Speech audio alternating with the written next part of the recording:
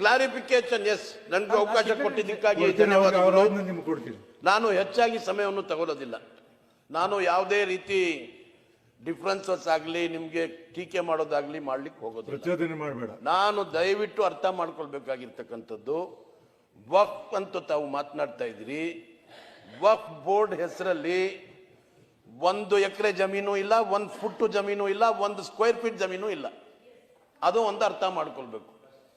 ಇದು ಇರ್ತಕ್ಕಂಥ ಸಂಸ್ಥೆಗಳು ಯಾವುದು ದರ್ಗಾಗಳಿರ್ಬೋದು, ಇನ್ಸ್ಟಿಟ್ಯೂಷನ್ಸ್ ಇರ್ಬೋದು, ಅಂಜುಮನ್ಗಳಿರ್ಬೋದು, ಮಸ್ಜಿದ್ಗಳಿರ್ಬೋದು, ಈದ್ಗಾಗಳಿರ್ಬೋದು, ಆ ಇನ್ಸ್ಟಿಟ್ಯೂಷನ್ ಅಲ್ಲಿ ಇರ್ತಕ್ಕಂಥ ಆ ವ್ಯಾಪ್ತಿಗೆ ಬಂತಕ್ಕಂಥ ಆಸ್ತಿ ಏನಿದೆ ಅದನ್ನ ರಕ್ಷಣೆ ಮಾಡ್ತಕ್ಕಂಥ ಜವಾಬ್ದಾರಿ, ಅದರಲ್ಲಿ ಏನಾದರೂ ಡಿಸ್ಪ್ಯೂಟ್ ಆದರೆ ಅದನ್ನ ಇತ್ಯರ್ಥ ಮಾಡ್ತಕ್ಕಂಥ ಜವಾಬ್ದಾರಿ ವಕ್ಫ್ ಬೋರ್ಡ್ಗೆ ಇರ್ತಕ್ಕಂಥದ್ದು. ವಕ್ಫ್ ಬೋರ್ಡ್ಗೆ ಯಾವ 1 ಇಂಚು ಜಮೀನು ವಕ್ಫ್ ಬೋರ್ಡ್ ಹೆಸರಲ್ಲಿ ಇಲ್ಲ. ಆ ವಕ್ಫ್ ಬೋರ್ಡ್ ಆಫೀಸ್ ಇದೆಯಲ್ಲ, ಆ ಆಫೀಸು ಸಹ ವಕ್ಫ್ ಬೋರ್ಡ್ ಹೆಸರಲ್ಲಿ ಇಲ್ಲ. ಈಗ ನಮ್ಮ ಸನ್ಮಾನ್ಯ ಹರಿಪ್ರಸಾದ್ ರವರು ಪಾರ್ಲಿಮೆಂಟ್ ಅಲ್ಲಿ ಆಗಿದ್ದು ಕ್ವಶನ್ ಬಗ್ಗೆ ಪ್ರಸ್ತಾಪ ಮಾಡಿದ್ರು. ಅದು ಯಾವಾಗ ಆಗಿದ್ದು? 27 ನವೆಂಬರು 2024, ಇನ್ನೂ 15 ದಿವಸದ ಹಿಂದೆ ಆಗಿರ್ತಕ್ಕಂಥದ್ದು. ಪ್ರಶ್ನೆ ಕೇಳಿದಿರೋ ಯಾರು? ಬಸವರಾಜ ಬೊಮ್ಮಾಯಿಯವರು. ಅದನ್ನ ಹೇಳಿಲ್ಲ ತಾವು. ಬಸವರಾಜ ಬೊಮ್ಮಾಯಿಯವರು ಕೇಳಿರ್ತಕ್ಕಂಥ ಪ್ರಶ್ನೆಗೆ ಉತ್ತರ ಕೊಟ್ಟಿರ್ತಕ್ಕಂಥದ್ದು. ಇದು ಬೇರೆ ಯಾರು ಕೇಳಿಲ್ಲ. ಈ ರಾಜ್ಯದ ಒಬ್ಬ ಮಾಜಿ ಮುಖ್ಯಮಂತ್ರಿಗಳು, ರಾಜ್ಯದ ಸಂಸದರು, ಅವ್ರು ಕೇಳಿರ್ತಕ್ಕಂಥ ಪ್ರಶ್ನೆಗಳು. ಆ ಪ್ರಶ್ನೆ ಕೇಳಿದಾಗ ಅವ್ರು ಇದೂ ಕೇಳ್ಬೋದಾಗಿತ್ತು. ಎಷ್ಟು ರೈತರ ಜಮೀನು ವಕ್ಫ್ ಆಸ್ತಿ ಅಂತ ಬರೆದಿದೆ ಅಂತಲೂ ಕೇಳ್ಬೋದಾಗಿತ್ತು. ಅದು ಕೇಳಿಲ್ಲ ಅವರು. ಹಾಗಾಗಿ ಇದನ್ನ ತಾವು ಟ್ರಿಬ್ಯುನಲ್ ಬಗ್ಗೆ ಮಾತಾಡ್ತಿದ್ರಿ.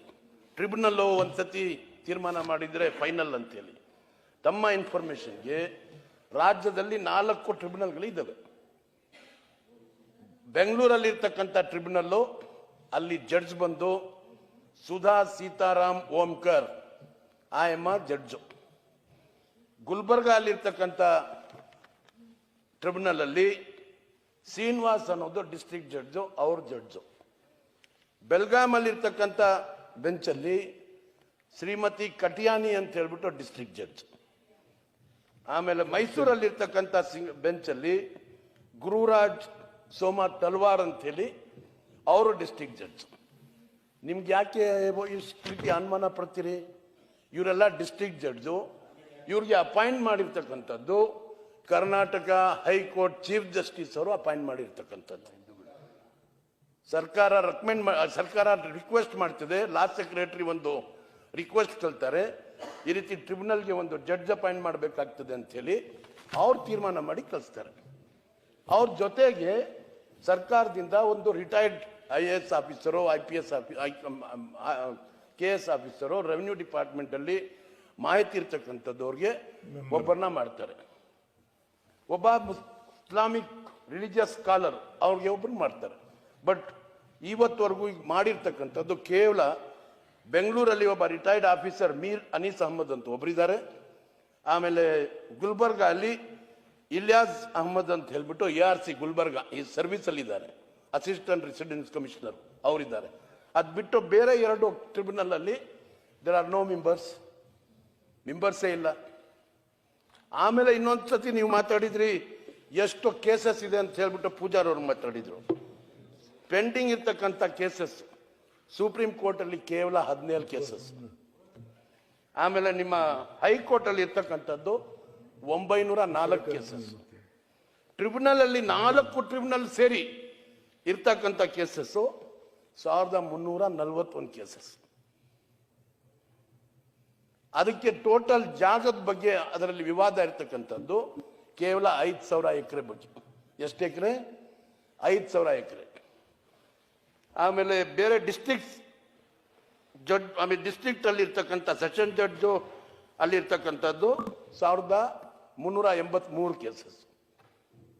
ಸೊ ಹಾಗಾಗಿ ಈ ಕೇಸಸ್ ಬಗ್ಗೆನೂ ಸಹ ತಾವು ದಯವಿಟ್ಟು ಸ್ವಲ್ಪ ಅಧ್ಯಯನವನ್ನು ಮಾಡಬೇಕು. ಆ ರೀತಿ ಇನ್ನೊಂದು, ಈ ಪ್ರಾಪರ್ಟಿಗಳೆಲ್ಲ ಮೊದಲಿಂದ ವಕ್ಫ್ ಬೋರ್ಡ್ ಅಲ್ಲಿ ಇರಲಿಲ್ಲ. ದಯವಿಟ್ಟು ಅರ್ಥ ಮಾಡ್ಕೊಳ್ಳಿ, ಇದೆಲ್ಲ ಮುಜರಾಯಿ ಡಿಪಾರ್ಟ್ಮೆಂಟ್ ಅಲ್ಲಿ ಇರ್ತಕ್ಕಂಥ ಪ್ರಾಪರ್ಟೀಸ್. ಇದೆಲ್ಲ ಮುಜರಾಯಿ ಡಿಪಾರ್ಟ್ಮೆಂಟ್ ಅಲ್ಲಿ ಇರ್ತಕ್ಕಂಥ ಪ್ರಾಪರ್ಟೀಸ್.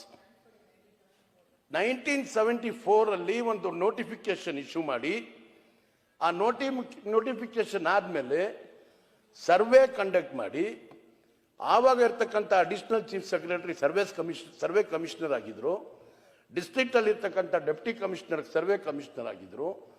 ಅವರೆಲ್ಲ ಸರ್ವೆ ಮಾಡಿ ಇಷ್ಟು ಪ್ರಾಪರ್ಟೀಸ್ ಅಂತ ಹೇಳಿ ಟೋಟಲಿ ನಿಯರ್ಲಿ ಅಬೌಟ್ ನಮ್ಮ 1964 ಇಂದ 74ವರೆಗೆ 1962 ನಿಂದ 74ವರೆಗೆ 35,000 ಪ್ರಾಪರ್ಟೀಸ್ ಐಡೆಂಟಿಫೈ ಮಾಡಿದ್ರು. ಮತ್ತೆ 78 ಇಂದ 2002ವರೆಗೆ ಅನದರ್ 11,000 ಪ್ರಾಪರ್ಟೀಸ್ ಸರ್ವೆ ಮಾಡಿ ತೀರ್ಮಾನಕ್ಕೆ ಬಂದರು. ಇಟ್ಸ್ ಟೋಟಲಿ 47,000 ಪ್ರಾಪರ್ಟೀಸ್ ಇಡೀ ರಾಜ್ಯದಲ್ಲಿ ವಕ್ಫ್ ಪ್ರಾಪರ್ಟೀಸ್ ಇದೆ ಅಂತ ಹೇಳ್ಬಿಟ್ಟು, ಇದನ್ನ ಕೊಟ್ಟಿದ್ಯಾರೋ ಮಾಡಿದ್ಯಾರೋ ನೋಟಿಫೈ ಮಾಡಿದ್ಯಾರೋ? ವಕ್ಫ್ ಬೋರ್ಡ್ ಮಾಡಲಿಲ್ಲ, ಮೈನಾರಿಟೀಸ್ ಡಿಪಾರ್ಟ್ಮೆಂಟ್ ಪ್ರಿನ್ಸಿಪಲ್ ಸೆಕ್ರೆಟರಿ ಮಾಡಲಿಲ್ಲ, ಮೈನಾರಿಟೀಸ್ ಡಿಪಾರ್ಟ್ಮೆಂಟ್ ಮಾಡಲಿಲ್ಲ, ಅದನ್ನ ಮಾಡಿದ್ದು principal secretary revenue department. So ಇದನ್ನ ದಯವಿಟ್ಟು ಈ ಬ್ಯಾಕ್ ಗ್ರೌಂಡ್ ಎಲ್ಲ ಸ್ವಲ್ಪ ದಯವಿಟ್ಟು ತಿಳ್ಕೊಳ್ಬೇಕು.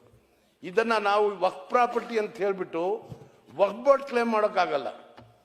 ಯಾವಾಗ ನೋಟಿಫಿಕೇಶನ್ ಅಲ್ಲಿ ಬಂತು, ಸರ್ಕಾರದ ಗಜೆಟ್ ನೋಟಿಫಿಕೇಶನ್ ಅಲ್ಲಿ ಈ ಪ್ರಾಪರ್ಟೀಸು ಈ ಜಿಲ್ಲೆಯಲ್ಲಿ ಈ ತಾಲೂಕಲ್ಲಿ ವಕ್ಫ್ ಅಂತ ಯಾವಾಗ ಬರ್ದು ನೋಟಿಫಿಕೇಶನ್ ರಿಲೀಸ್ ಆಯಿತು, ಅದು ಒಂದು ಡಾಕ್ಯುಮೆಂಟ್ ಬಂತು. ಆ ಡಾಕ್ಯುಮೆಂಟ್ ಇಟ್ಕೊಂಡು ನಾವು ಇದು ವಕ್ಫ್ ಪ್ರಾಪರ್ಟಿ ಅಂತೂ. ಆಮೇಲೆ ಇದಾದ್ಮೇಲೆನೂ ಟೋಟಲ್ ಈಗ ಹರಿಪ್ರಸಾದ್ ಅವರು ಹೇಳಿದ್ರು 1,28,000 ಎಕರೆ ರಾಜ್ಯದಲ್ಲಿ ಇರ್ತಕ್ಕಂಥ properties according to revenue department. ಈಗ ಪ್ರೆಸೆಂಟ್ ಇರ್ತಕ್ಕಂಥ ಪ್ರಾಪರ್ಟೀಸ್ ಎಷ್ಟು? ಕೇವಲ 20,400 ಎಕರೆ. ಏನಾಯ್ತು ಹಾಗಿದ್ರೆ? 1,08,000 ಪ್ರಾಪರ್ಟಿ ಎಕರೆ ಜಾಗ. ಇನಾಮ್ abolition act, land tribunal, government encroachment ಅದರೆಲ್ಲ ಹೊಟ್ಟೋಯ್ತು. ಪ್ರೈವೇಟ್ ಪೀಪಲ್ ಎನ್ಕ್ರೋಚ್ಮೆಂಟ್ ಅಲ್ಲಿ ಮಾತ್ರ 17,000 ಎಕರ್ಸ್ ಇದೆ. 17,000 ಎಕರೆ ಇದೆ that is been encroached by the private people. So ನಾವು ಇವತ್ತಿನ ದಿವಸ ಇನಾಮ್ ಅಬಾಲಿಷನ್ ಆಕ್ಟ್ ಅಲ್ಲಿ ಹೊಟ್ಟೋಗಿದೆ ಅದನ್ನ ವಾಪಸ್ ಕೊಡಿ ಅಂತ ಕೇಳ್ತಾ ಇಲ್ಲ. ಲ್ಯಾಂಡ್ ರಿಫಾರ್ಮ್ ಅಲ್ಲಿ ಹೊಟ್ಟೋಗಿದೆ ಅದನ್ನ ವಾಪಸ್ ಕೊಡಿ ಅಂತ ಕೇಳ್ತಾ ಇಲ್ಲ.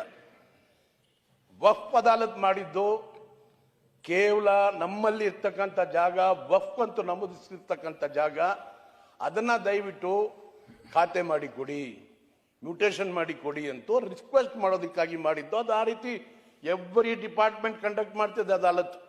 ರೆವಿನ್ಯೂ ಡಿಪಾರ್ಟ್ಮೆಂಟ್ನವರು ಮಾಡ್ತಾರೆ, ಫುಡ್ ಡಿಪಾರ್ಟ್ಮೆಂಟ್ನವರು ಮಾಡ್ತಾರೆ, ಹೆಲ್ತ್ ಡಿಪಾರ್ಟ್ಮೆಂಟ್ನವರು ಮಾಡ್ತಾರೆ, ಎಲ್ಲ ಡಿಪಾರ್ಟ್ಮೆಂಟ್ನವರು ಮಾಡ್ತಾರೆ. ಅದೇ ರೀತಿ ಕರೆಸಿ ಅದು ಕರೆಯುವಾಗ ಕೇವಲ ಮೈನಾರಿಟೀಸ್ ಮಿನಿಸ್ಟರ್ ಮಾತ್ರ ಇರೋದಿಲ್ಲ, ಅಲ್ಲಿ ಡಿಸ್ಟ್ರಿಕ್ಟ್ ಮಿನಿಸ್ಟರು ಇರ್ತಾರೆ, ಡಿಸ್ಟ್ರಿಕ್ಟ್ ಅಲ್ಲಿ ಇರ್ತಕ್ಕಂಥ MLAs ಇರ್ತಾರೆ, ಎಲ್ಲಾ ಪಕ್ಷದ MLAs ಇರ್ತಾರೆ.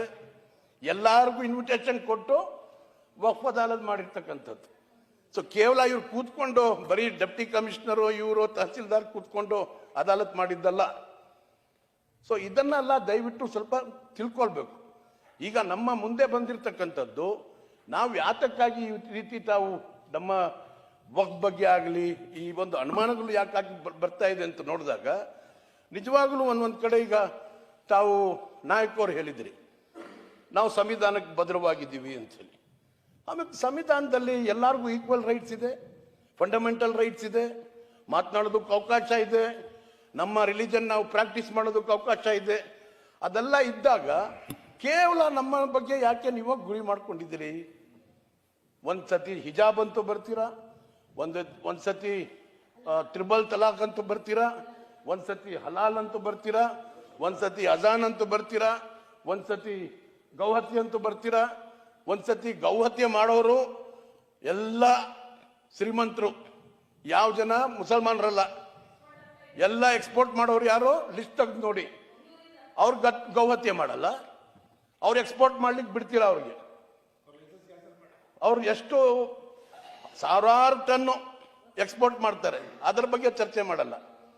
ಸೊ ಈ ರೀತಿ ಯಾತಕ್ಕಾಗಿ ಸಮಾಜದಲ್ಲಿ ನೀವೇ ಹೇಳಿದ್ರಿ ನಾವು ಸಂವಿಧಾನದ ಮುಂದೆ ಅದನ್ನ ಭದ್ರವಾಗಿದ್ದೀವಿ, ಕಮಿಟೆಡ್ ಆಗಿರ್ತೀವಿ.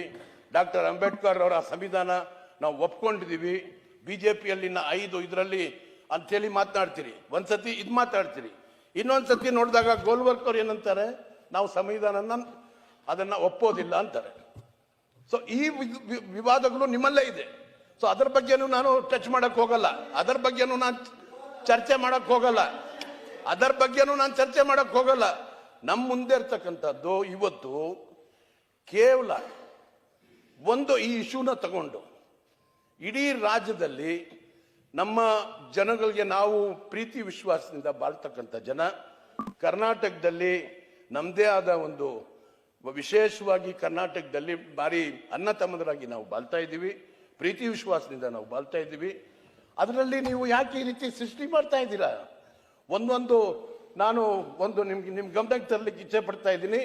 ಚುನಾವಣೆ ನಡೀತಾ ಇತ್ತು ಶಿಗ್ಗಾಂವ್ದು, ನಾವು ಜಮೀರ್ ಸಾಹೇಬರೆಲ್ಲ ಪ್ರಚಾರ ಮಾಡಿ ವಾಪಸ್ ಬರ್ತಾ ಇದ್ದೀವಿ. ನಮ್ಗೆ ಫೋನ್ ಬಂತು, ಇದು ಯಾವುದೋ ಹಾವೇರಿ ಕಾನ್ಸ್ಟಿಟ್ಯೂನ್ಸಿಯಲ್ಲಿ ಒಂದು ವಿಲೇಜಲ್ಲಿ ಗ್ರಾಮದ ಹೆಸರು ನಾನು ಮರಿತಾ ಇದ್ದೀನಿ. ಈ ರೀತಿ ಮನೆಗಳು ನುಗ್ಗಿ ಎಲ್ಲರಿಗೂ ಹೊಡೆದಿದ್ದಾರೆ, ಹೊಡೆದು ಅವ್ರಿಗೆಲ್ಲ ಹಾಸ್ಪಿಟಲ್ ಕರ್ಕೊಂಡೋಗಿ ಹಾಸ್ಪಿಟಲ್ಗೆ ಅಡ್ಮಿಟ್ ಮಾಡಿದ್ದಾರೆ. ಅಲ್ಲಿ ಸ್ವಲ್ಪ ದಯವಿಟ್ಟು ಹೆಚ್ಚಾಗಿ ಪೊಲೀಸ್ಗೆ ಹಾಕ್ಲಿಕ್ಕೆ ಹೇಳಿ ಅಂತೇಳಿ ಅಲ್ಲಿಂದ ಯಾರೋ ಫೋನ್ ಮಾಡಿದ್ರು.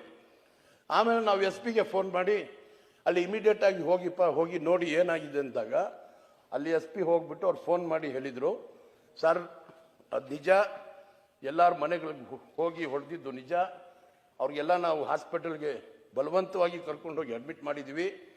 ಅವ್ರಿಗೆ ನಾವು FIR ಕೊಡಿ, ಕಂಪ್ಲೇಂಟ್ ಕೊಡಿ ಅಂತ ಕೇಳಿದಾಗ ಇಲ್ಲ ನಾವು ಕಂಪ್ಲೇಂಟ್ ಕೊಡಲ್ಲ, ನಾವು ಅಲ್ಲೇ ಬಾಳ್ಬೇಕು, ಅವ್ರ ಜೊತೆಗೆ ನಾವು ಇರಬೇಕು, ನಾವು ಕಂಪ್ಲೇಂಟ್ ಕೊಡಲ್ಲ ಅಂತೇಳಿ ಅವ್ರು ಕೊಟ್ಟಿಲ್ಲ ಸರ್. ಸೋಮೋಟು ನಾವು ಕಂಪ್ಲೇಂಟ್ ರಿಜಿಸ್ಟರ್ ಮಾಡಿದ್ದೀವಿ ಅಂತ ಹೇಳಿದ್ರು SP ಅವರು. ಕೇಳ್ಕೊಳ್ಳಿ ನೀವು ಬೇಕಾದ್ರೆ ಪೂಜಾರು, ನಿಮಗೂ SP ಗೊತ್ತು. ನಾರಾಯಣ ಸ್ವಾಮಿ ಅವರು ಕರೆಸಿ, ಯಾರ ಅಪೋಸಿಷನ್ ಲೀಡರ್ ಆಗಿದ್ರಿ ತಾವು, ಅವ್ರನ್ನ ಕರೆಸಿ ಕೇಳಿ. ಕಂಪ್ಲೇಂಟ್ ಕೊಡ್ಲಿಕ್ಕೂ ತಯಾರಾಗಿರ್ಲಿಲ್ಲ. ಅವ್ರು ಏನಂದ್ರು, ನಾವು ಅಲ್ಲೇ ಬಾಳ್ಬೇಕಾಗಿರ್ತಕ್ಕಂಥದ್ದು, ನಾವು ಆ ಜಾಗದಲ್ಲಿ ಇರ್ತಕ್ಕಂಥ ಜನ, ನಾವು ಅವ್ರ ಬಗ್ಗೆ ಕಂಪ್ಲೇಂಟ್ ಕೊಡಲ್ಲ ಅಂತೇಳಿ. ಏನ್ ಕಾರಣ ಏನು? ಆ ಒಂದು ಭಜನಾ ಮಂದಿರ ಏನಿದೆ ಅದು ರೆಕಾರ್ಡ್ ಅಲ್ಲಿ ವಕ್ಫ್ ಅಂತೂ ಬಂದಿದೆಯಂತೆ ಆ ಭಜನಾ ಮಂದಿರ. ಅದಕ್ಕೆ ಒಬ್ಬ ಸೆಕ್ರೆಟರಿ, ಅಂಜುಮನ್ ಸೆಕ್ರೆಟರಿ ಮಾತಾಡ್ತಾ, ಇದು ಭಜನಾ ಮಂದಿರನೂ ನಮ್ಮ ಒಬ್ಬೊಡ್ದು ಆಸ್ತಿ ಆಗಿದೆ ಅಂತ ಹೇಳಿ, ಅದು ಕೊಡಿ ಅಂತ ಕೇಳಿಲ್ಲ, ಅದು ಬೇಕು ಅಂತ ಹೇಳಿಲ್ಲ. ಅದಕ್ಕೆ ಸೃಷ್ಟಿಯಾಗಿರ್ತಕ್ಕಂಥ ಒಂದು ಆ ಸನ್ನಿವೇಶದಲ್ಲಿ ಹೋಗಿ ಹೊಡೆದ್ರು. This is a situation. ಯಾಕೆ ಇದನ್ನ ಹೇಳ್ತಾ ಇದ್ದೀನಿ ಅಂದ್ರೆ, ನಾವು ಪ್ರೀತಿ ವಿಶ್ವಾಸದಿಂದ ಬಾಳ್ಬೇಕು ಅಂತಿರ್ತಕ್ಕಂಥ ಜನ.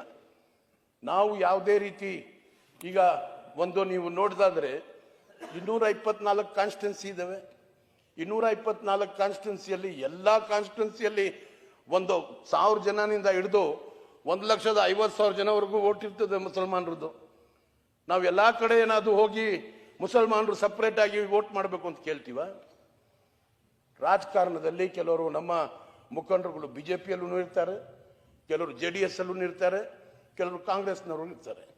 ನಮಗೆ ಯಾರು ಸೇಫ್ ಗಾರ್ಡ್ ಮಾಡ್ತಾರೆ, ನಮ್ಮ ಒಂದು ಪ್ರೊಟೆಕ್ಷನ್ ಯಾರು ಕೊಡ್ತಾರೆ, ಅವ್ರ ಜೊತೆಗೆ ಹೆಚ್ಚಾಗಿ ನಾವು ಇರ್ತೀವಿ.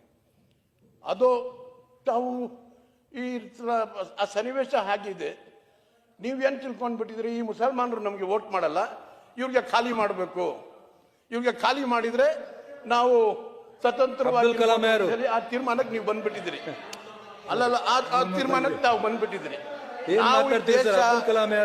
ದೇಶದಲ್ಲಿ ಹುಟ್ಟಿರ್ತಕ್ಕಂಥದ್ದು ನಾವು, ಈ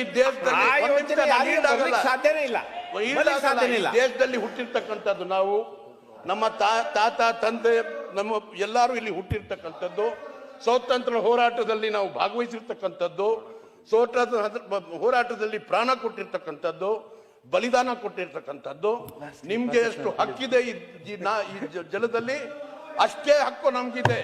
ನಾವು ಬಿಟ್ಟು ಹೋಗೋದಿಲ್ಲ, ನೀವು ಎಷ್ಟೇ ಏನೇ ಮಾಡಿದ್ರು ಸಹ ನಾವು ದೇಶದಲ್ಲೇ ಇರ್ತೀವಿ, ಈ ಮಣ್ಣಲ್ಲೇ ಇರ್ತೀವಿ. ನಮ್ಮ ಈ ಮಣ್ಣು ನಾವು ಬಿಟ್ಟು ಹೋಗೋದೇ ಇಲ್ಲ. ಅದು ಒಂದು ತೀರ್ಮಾನಕ್ಕೆ ನಾವು ಬಂದಿದ್ದೀವಿ, ಇಲ್ಲೇ ಸಾಯ್ತೀವಿ ಅಂತ ನಾವು ಹೇಳೋದು ಇಲ್ಲ. ನಮ್ಮಷ್ಟೇ ಹಕ್ಕು ನಿಮಗೂ ಇದೆ, ಪ್ರಶ್ನೆನೇ ಇಲ್ಲ. ನಿಮ್ಮನ್ನು ಹೋಗುವಂತೂ ಹೇಳೋದಿಲ್ಲ ನಾವು. ಈಗ ಆ ಪ್ರಶ್ನೆ ಉದ್ಭವ ಆಗಲ್ಲ. ಆದ್ರೆ ರೈತರ ವಿಚಾರದಲ್ಲಿ ಆಗಿರೋದನ್ನೇ ಪ್ರಶ್ನೆ ಆಗಿರೋದು. ಒಂದ್ ಒಂದು ನಿಮಿಷ ಕನ್ಕ್ಲೂಡ್ ಮಾಡ್ತಾ ಇದ್ದೀನಿ. ಮಾಡಿ ಮಾಡಿ. ಸರ್, ನಿಮ್ಮಲ್ಲಿ ಒಂದು ಮನವಿ. ತಾವು ಅಧ್ಯಕ್ಷರಾಗಿದ್ದೀರಿ, ಯಾವುದೇ ಒಂದು ನಿಲುವಳಿ ಸೂಚನೆಗಳಿರ್ಬೋದು, ಏನೋ ಒಂದು ವಿಷಯ ಬಂದಾಗ ದಯವಿಟ್ಟು ಅದನ್ನು ಫಸ್ಟು ನಾವು ಅದರ ಬಗ್ಗೆ ನೋಡಬೇಕು ಸರ್. ಇದರಿಂದ ಏನೂ ತೊಂದರೆ ಆಗಬಾರ್ದು. ಈಗ ಇದರಲ್ಲಿ ಹೇಳಿರ್ತಕ್ಕಂಥದ್ದು ಈಗಾಗಲೇ 21,000ಕ್ಕೂ ಹೆಚ್ಚು ಆಸ್ತಿಗಳನ್ನು ವಫ್ ತನ್ನ ಆಸ್ತಿ ಅಂತೂ ಘೋಷಿಸಿ ಬದಲಾವಣೆ ಮಾಡ್ಲಿಕ್ಕೆ ಹೋಗಿದೆ ಅಂತ ಹೇಳಿ. ಅದು ಯಾವುದು 21,000 ಆಸ್ತಿಗಳು ಅಂತ ಹೇಳಿ. 21,000 ಬೇಡ, 1,000 ಹೇಳಿ, ಇಲ್ಲ 101 ಆಸ್ತಿಗಳು ಹೇಳಿ, ಇಂಥ ಆಸ್ತಿಗಳು ಬದಲಾವಣೆ ಮಾಡಿದ್ದಾರೆ ಅಂತ ಹೇಳಿ. ಇದನ್ನ ಅಶಾಂತಿ ಮಾಡ್ತಕ್ಕಂಥದ್ದು ಇದು ನೀವು ಸೃಷ್ಟಿ, ಅದು ಎಲ್ಲಿ ಮಾಡ್ತಾ ಇದ್ದೀರಿ? ಸದನದಲ್ಲಿ ಮಾಡ್ತಾ ಇದ್ದೀರಿ. ಈ ಸದನದಲ್ಲಿ ಏನ್ ಸಂದೇಶ ಕೊಡ್ತಾ ಇದೆ? ನೀವು ಒಂದ್ ಕಡೆ ಹೇಳ್ತೀರಾ ನಾವು ಅಶಾಂತಿ ಮಾಡ್ಲಿಕ್ಕೆ ಹೋಗೋದಿಲ್ಲ, ಬಟ್ ಇದನ್ನ 21,000 ಅಲ್ಲ 21,000 ಅಂತ ಹೇಳಿದ್ರೆ ಇವತ್ತು ಇಡೀ ರಾಜ್ಯದಲ್ಲಿ ಘರ್ಷಣೆ ಆಗ್ಬೇಕಾಗಿತ್ತು. 21,000 ಅಂತ ಹೇಳಿದ್ರೆ. ಆಮೇಲೆ ಸರ್ ಇನ್ನೊಂದು, ಇದು ವಕ್ಫ್ ಬೋರ್ಡ್ಗೆ ಏನಾದ್ರು ಅಥಾರಿಟಿ ಇದೆಯಾ ಸರ್? ಪಾನಿ ಬದಲಾವಣೆ ಮಾಡೋದಾಗ್ಲಿ, ಖಾತಾ ಬದಲಾವಣೆ ಮಾಡೋದಾಗ್ಲಿ, RTC ಆಗಲಿ, ಮುಟೇಶನ್ ಆಗಲಿ, ಇದು ಯಾರು MLA ಇದೆಯಾ? ಇಲ್ಲ ಮಂತ್ರಿಗಳಿಗಿದ್ಯಾ? ಆ ಅಧಿಕಾರ ಮಂತ್ರಿಗಳಿಗಿದ್ಯಾ? ಮಂತ್ರಿಗಳಿಗೂ ಇಲ್ಲ, ಚೀಫ್ ಮಿನಿಸ್ಟರ್ಗೂ ಇಲ್ಲ. ಬದಲಾವಣೆ ಮಾಡ್ತಕ್ಕಂಥದ್ದು ಅಧಿಕಾರ ಚೀಫ್ ಮಿನಿಸ್ಟರ್ಗೂ ಇಲ್ಲ. ಅದು ಬದಲಾವಣೆ ಮಾಡಬೇಕಾದ್ರೆ tahsildar, assistant commissioner, deputy commissioner ಪರಿಶೀಲನೆ ಮಾಡಿ ಅವ್ರಿಗೆ ಅವಕಾಶ ಕೊಟ್ಟು, ಸರ್ವೆ ಮಾಡಿದಾಗಲೂ ಅಷ್ಟೇ ಅಕ್ಕಪಕ್ಕದಲ್ಲಿರ್ತಕ್ಕಂಥ ಜಮೀನ್ದಾರು ಯಾರಿದ್ದಾರೆ ಅವ್ರಿಗೆ ನೋಟಿಸ್ ಕೊಟ್ಟು ಅವ್ರನ್ನ ಕರೆಸಿ ಅವ್ರದ್ದೇನಾದ್ರು ಅಬ್ಜೆಕ್ಷನ್ಸ್ ಇದ್ರೆ ಅದನ್ನ ಸ್ವೀಕಾರ ಮಾಡಿ ಅವ್ರನ್ನ, ಅದೆಲ್ಲ ಪ್ರೊಸೀಜರ್ ಮಾಡಿನೇ ಇದೆಲ್ಲ ಆಗಿರ್ತಕ್ಕಂಥದ್ದು. ಆ ಪ್ರೊಸೀಜರ್ ಎಲ್ಲ ಮಾಡಿನೇ ಮಾಡಿರ್ತಕ್ಕಂಥದ್ದು. ವಿತೌಟ್ ಪ್ರೊಸೀಜರ್ ಮಾಡಕ್ ಬರೋದಿಲ್ಲ. ಈಗ ಏನಾದ್ರು ನೀವು ಈ ರೀತಿ ತಪ್ಪಾಗಿದೆ ಅಂತ ಹೇಳಿದ್ರೆ ನೀವು DC ಗೆ ಹೋಗಿ ಒಂದು ಕೇಳ್ಬೋದಲ್ಲ, ಯಾಕಪ್ಪ ಈ ರೀತಿ ಮಾಡಿದ್ರಿ ಅಂತ ಹೇಳಿ.